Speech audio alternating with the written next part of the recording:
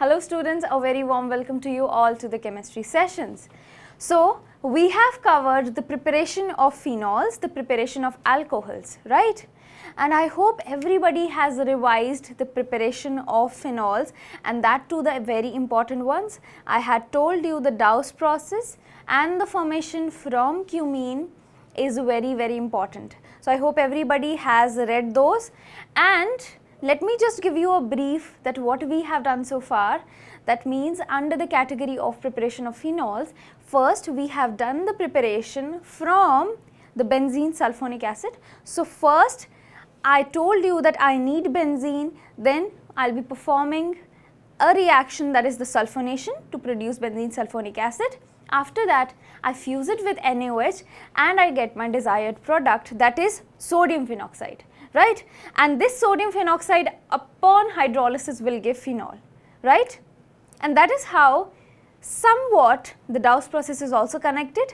In the Dow's process, what we did was I took the chlorobenzene, right? Or it could be any halobenzene. Most optimum is chlorobenzene. So, I perform the chlorobenzene, I perform the reaction of NaNO2, right? I take sodium nitrite in the presence of acidic medium, that is the HCl, and I try to perform this reaction at very cold temperature, right, very low temperature, and I get is again I get sodium phenoxide, which will then upon hydrolysis will give up the phenol, fine. So, that is what Dow's process says. I also discussed something about the preparation from cumene, and how is the cumene prepared? From the benzene and from the propene in acidic medium will be giving cumene first of all. After the cumene, what is cumene? It's isopropyl benzene. And could you find out the IUPAC name for that?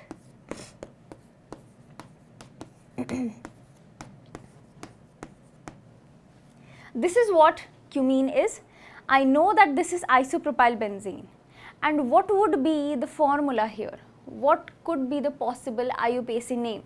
So, the IUPAC name for this compound I will be discussing in the next session. I am not discussing it right now. You need to go and find out the name yourself. Will it be this chain that I will be numbering, or will it be this particular benzene that I will be numbering, right? So, that is your homework, and let me just take up here another thing. Again, from the cumene I did the aerial oxidation, right? And aerial oxidation produced the peroxide, cumene hydroperoxide, which upon again the hydrolysis gave phenol. That was the reaction that we have discussed, and along with another value added product, valuable product, that is nothing but the acetone, again a very important chemical that is used in several other reactions as a solvent, right? So, I hope everybody is clear with all of these reactions. So, I was telling you one thing in the last session, that was how can we perform the reaction of production of aniline basically. Because we had discussed the diazonium salts, in diazonium salts I every time take aniline, right? Where does this aniline come from? I can form this aniline from the benzene straight away. So, just write this down how the reaction is happening. Benzene, I need the nitration of benzene first of all. So, for that I take up the nitrating mixture. Everybody knows this reaction is quite simple. We have already done this in the 11th standard, right? So, I perform the nitration first of all, that is NO2. Now, could you just guess the step here? What could be the possible reaction which is going to happen just in order to convert the nitrobenzene into the aniline? We are one step away. So, basically here I need the reduction of NO2 into NH2, and for that I use a particular reagent, that is SN in the presence of HCl. What is this SN? The name of the metal over here, it's tin actually, right? So, this is tin. I take up tin, I add up some concentrated hydrochloric acid or slightly dilute it, then I need to warm the mixture and I get my reduced product, that is the desired one, that is the aniline, and finally from aniline I convert it into BDC, N2Cl, and finally the phenol. Clear? I am not completing out the reaction because you already know that. So I hope everybody is clear with the idea, and that is quite important conversion as well. Will definitely be going to help in your exams, right? So we are done with it. Let's just start off with the physical properties of alcohols and phenols. So specifically what we are going to discuss here in the properties is first of all the boiling point and the solubility, right? Quite an interesting one.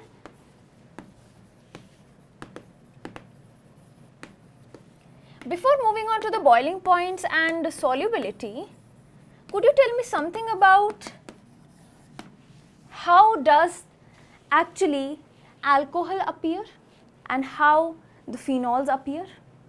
What actually be their consistency? What is their state? How will they be looking, and that too their color basically. So as we know that the initial ones, have you seen alcohol? Everybody might have seen alcohol. If not, again I am telling you it's a liquid, right? And it has got a very low boiling point, right? So it is a liquid and it vaporizes quickly. It's a transparent colorless liquid. So the initial ones again, just like in the case of hydrocarbons only, so here also alcohols and phenols. So if I specifically discuss about alcohols, so the initial ones are liquids, colorless liquids.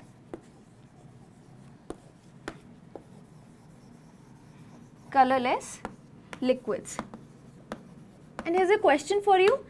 Till then, if over here I am writing out certain properties related to the physical appearance, and what you need to do is you need to just think about that can we drink methanol or not? Is it possible or not? Because again it's somewhat related to ethanol only, just one carbon less. Can I drink it or not? Can I replace the methanol in the drinks? So just think about it till I am writing here the physical properties. So basically the initial ones are colorless liquids and they have got characteristic smell.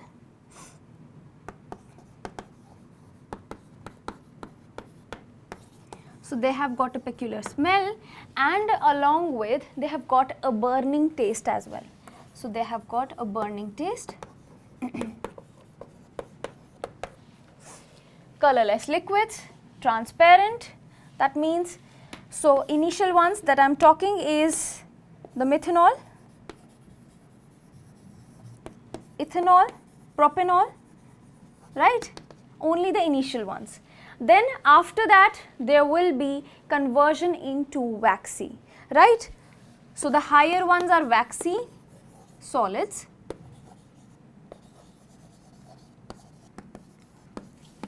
They turn out to be waxy. Fine. So that is just a general idea about it. Now if I talk about the phenol, right? So again phenols. If I say that phenol, when I am taking it in pure quantity, it's closed in a container. It is transparent colorless liquid. But as soon as I expose it, that means if I remove the lid of the container, it starts turning out to be pinkish, reddish brown. How is it? Can you think about it? So basically what happens is phenols are very sensitive towards the oxygen present in the air, right? So once they get exposed towards the air, they turn out to be reddish brown because of the aerial oxidation. So because of the oxidation process, phenols turn out to be slightly reddish brown, or you can say just pink color, right? So that is how they develop color when exposed to air. So I am just writing this down here only, that phenols when exposed to air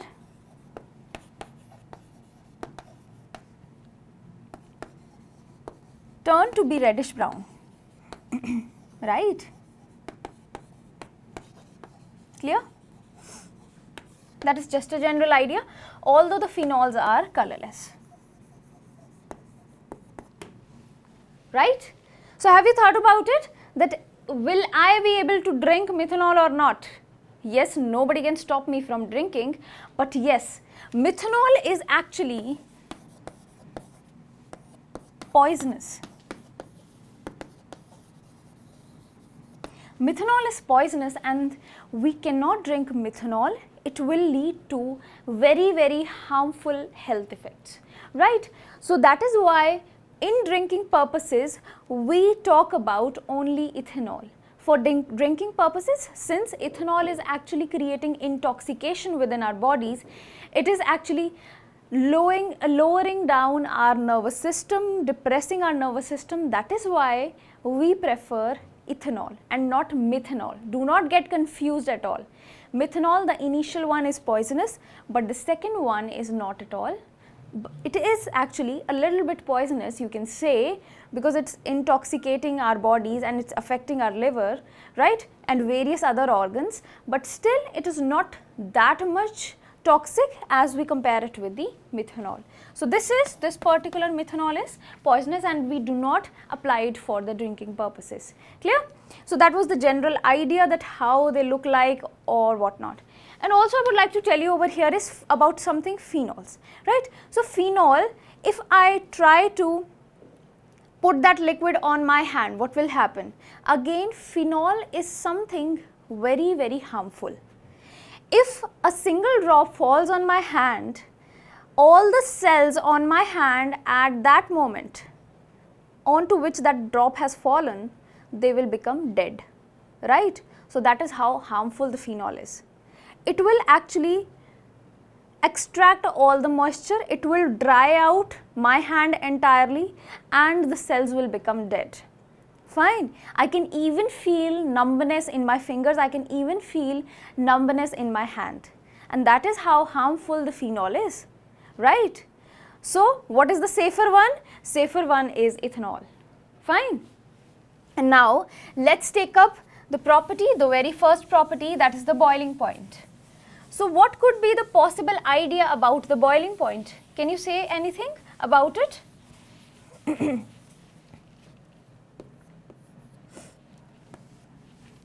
If I say that I compare hydrocarbons, I have got hydrocarbons and I have got alcohols. So alcohols are having higher boiling points.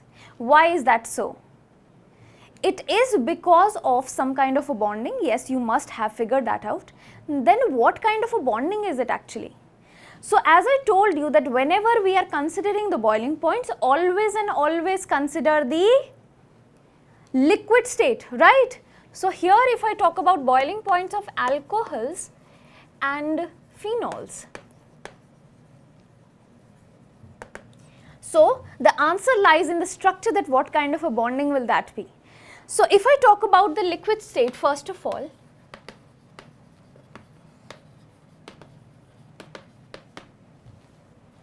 liquid state means many molecules, several molecules will be arranged, right, in some definite scenario, not that definite because it's a liquid state, it would be slightly indefinite scenario, but yes, the molecules will be lying closer to each other.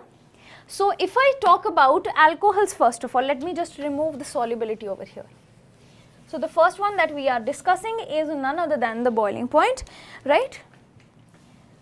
Okay, if I draw the structure of alcohols first,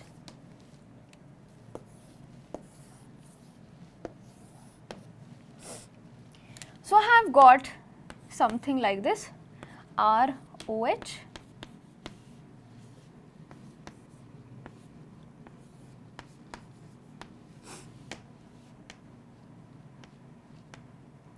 and here it will be HOR,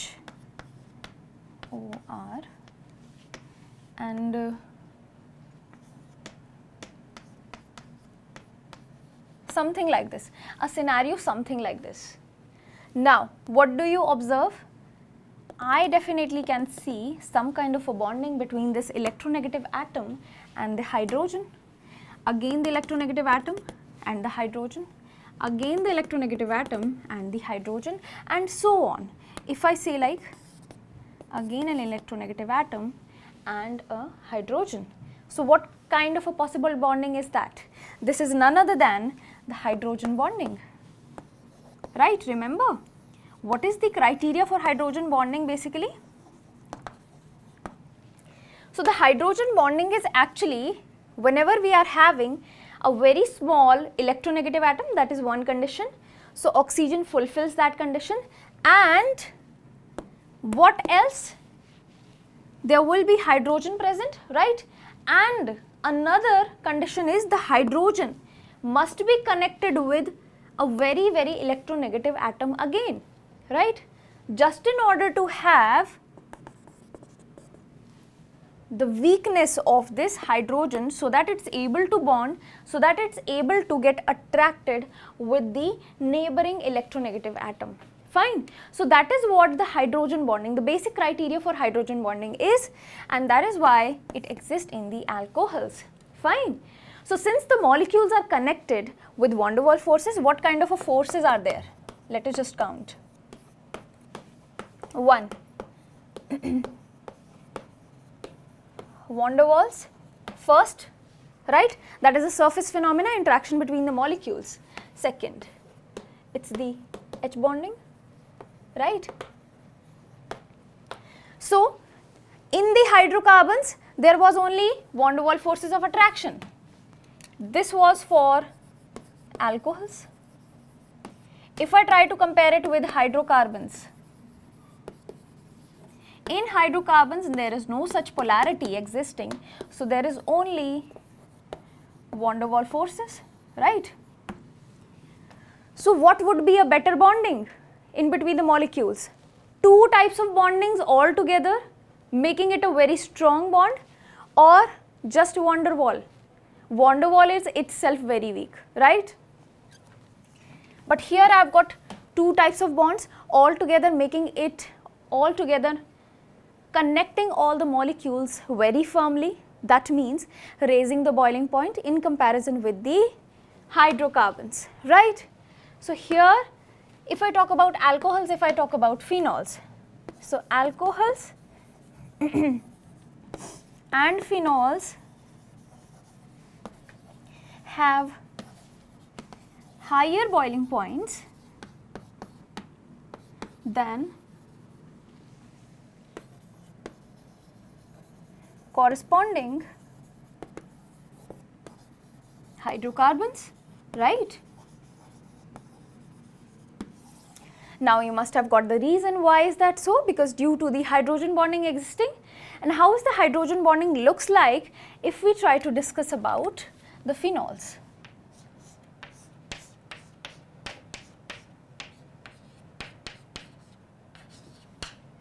Okay. Let me just make that again.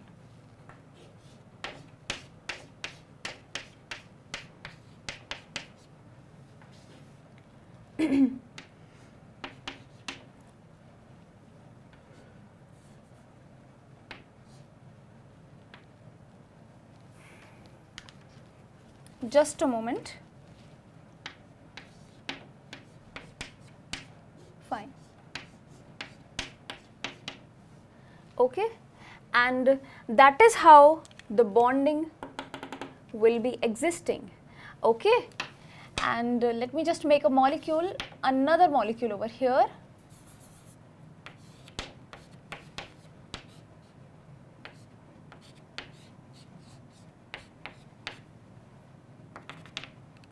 Fine.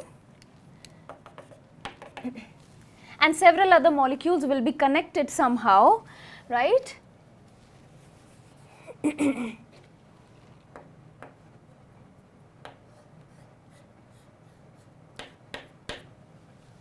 Fine. So I hope that is completely clear to you, and that is how you can connect various molecules all together just in order to form the hydrogen bonds. Fine. So that is H bonding connected. You can have this diagram in a more symmetric way, and that is up to you how clean you make the diagram, right? Because a clean diagram, a neat diagram will fetch more marks in the examination. Fine.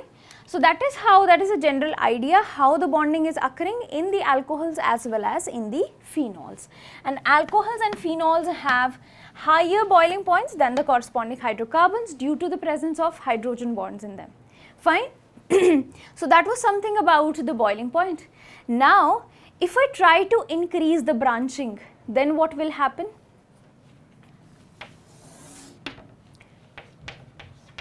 If branching is increased,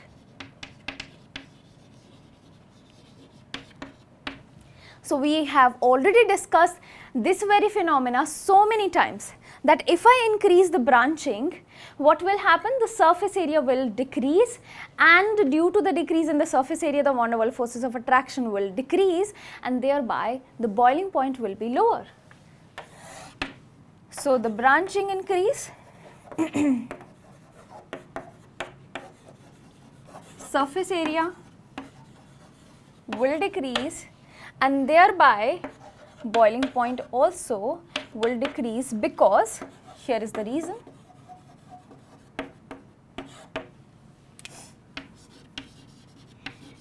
Van der Waals forces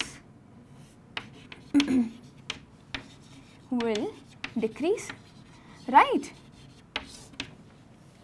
So that is what the branching criteria is. As I move up, now what will happen then? I am not saying about the branching, that was one criteria, when instead of a straight chain I will be having different branches. So due to the different branches I will be having a lower boiling point. But if I increase my straight chain, if I go higher in the series, right? So here let me just write that. If we go higher in series,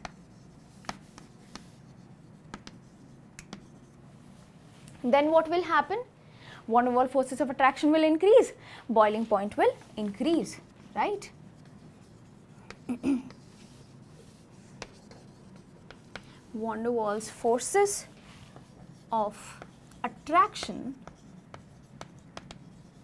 increase, and thereby boiling point will increase, right? Just a simple funda over here which is applied. We have already discussed that. First is whenever the branching is increased, the surface area will decrease, because now the steric repulsions due to the heavier bulky groups will actually decrease the surface area, and since the van der Waals forces of attraction is a surface phenomena, so it will be now lesser bonding which will be happening between the molecules, and thereby decreasing the boiling points. If I try to go higher in the series, that means only the straight chains I am talking about. So the van der Waals forces of attraction will increase because the surface area is now increased, and the boiling point will increase. Simple funda, I hope everybody is clear with it. Let us just discuss one thing now. I talked about alcohol, I talked about phenols, but what about ethers? So here is some information about ethers as well, right? If I talk about an alcohol, that is CH3OH, and if I talk about dimethyl ether, and if I talk about simple hydrocarbon, fine, which will be having the least possible boiling point. So the boiling point will be highest for the one in which it will be very much strong bonding between the molecules, and that is none other than the alcohol. This is kind of very important thing which I am explaining over here. So it will be having van der Waals, right, plus H bonding, right. So it will be having highest boiling point. This is boiling point order basically. Now if I talk about ether, there will not be, if you are thinking that there is an H bonding over here, it is not, right. So here only van der Waals force and no H bonding. Now since there is no H bonding, but still I am saying that the boiling point of the ether is greater than that of the hydrocarbon. Why is that so? Here this is so because I am saying that there is no H bonding, but there is a slight polarity in the molecule due to which there will be more attractions. So, here in this molecule there is slight polarity, right, due to which there will be slightly higher, slightly stronger bondings if I compare it with my hydrocarbon. Clear? So, that is how it is arranged. The boiling point of ether lies somewhere in the middle, somewhere in between the hydrocarbon and the alcohols. So, let me just write this statement over here. The boiling point of ethers lie somewhere in between alcohols and hydrocarbons. Fine. This thing is really important. I hope everybody has got the phenomena over here, the funda over here, right? Now let us just discuss the solubility. So I hope everybody is clear with the boiling point idea.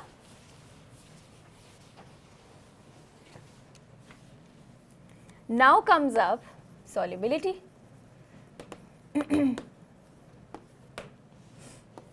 First thing that I would like to discuss, the alcohols and phenols are very much soluble in water. Why is that so? Why alcohols and phenols are very much soluble in water. Why is that so? It's none other than the reason for the hydrogen bonding. Along with the hydrogen bonding which is existing between the molecules of alcohols and the phenol itself, there will be H bonding between the water molecules as well. So the answer is there will be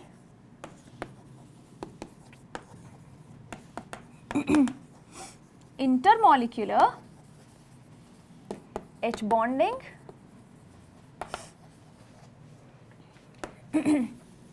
between water molecules as well. Fine. So I hope everybody has got it, that despite of having bonding within itself, it's having bonding with the water molecules also, right? And how the bonding will look like? It's somewhat like this.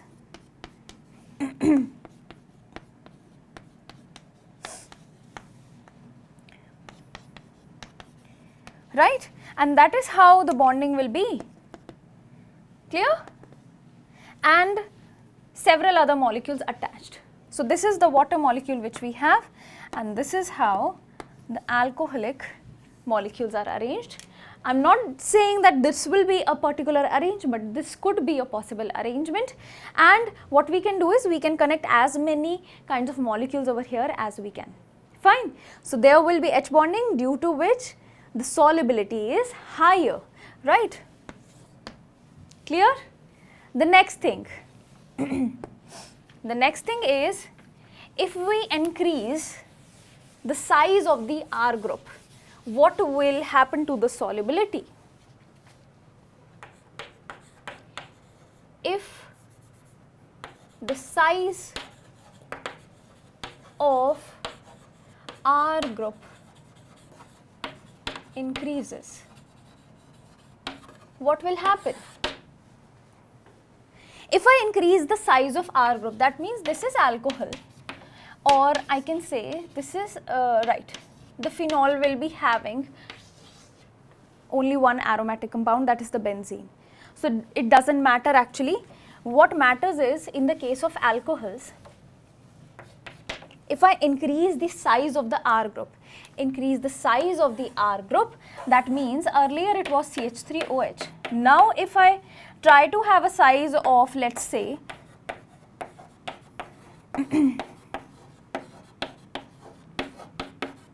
R group like this, that means this is butanol.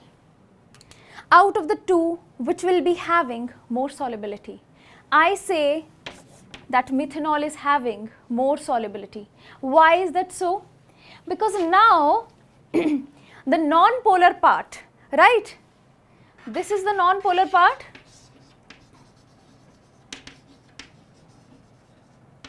Non-polar part has been increased.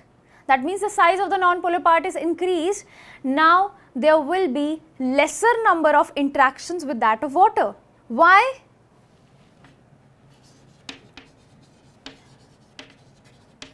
Like dissolves like, right? That means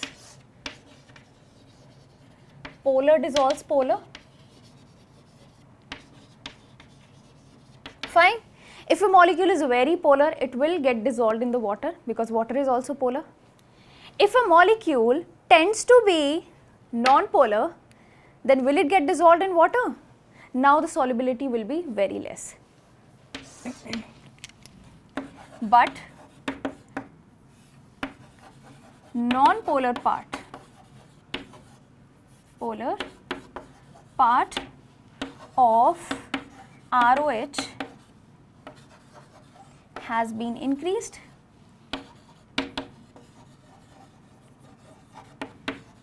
Lowering its solubility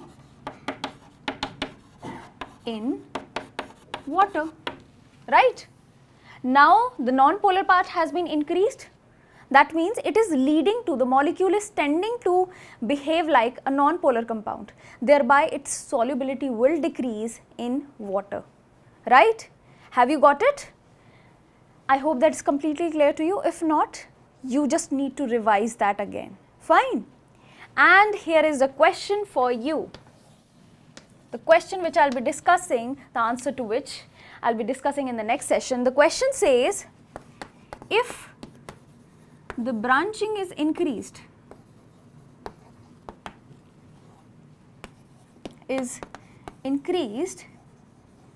in alcohols, right? What is the effect on solubility? What is the effect on solubility?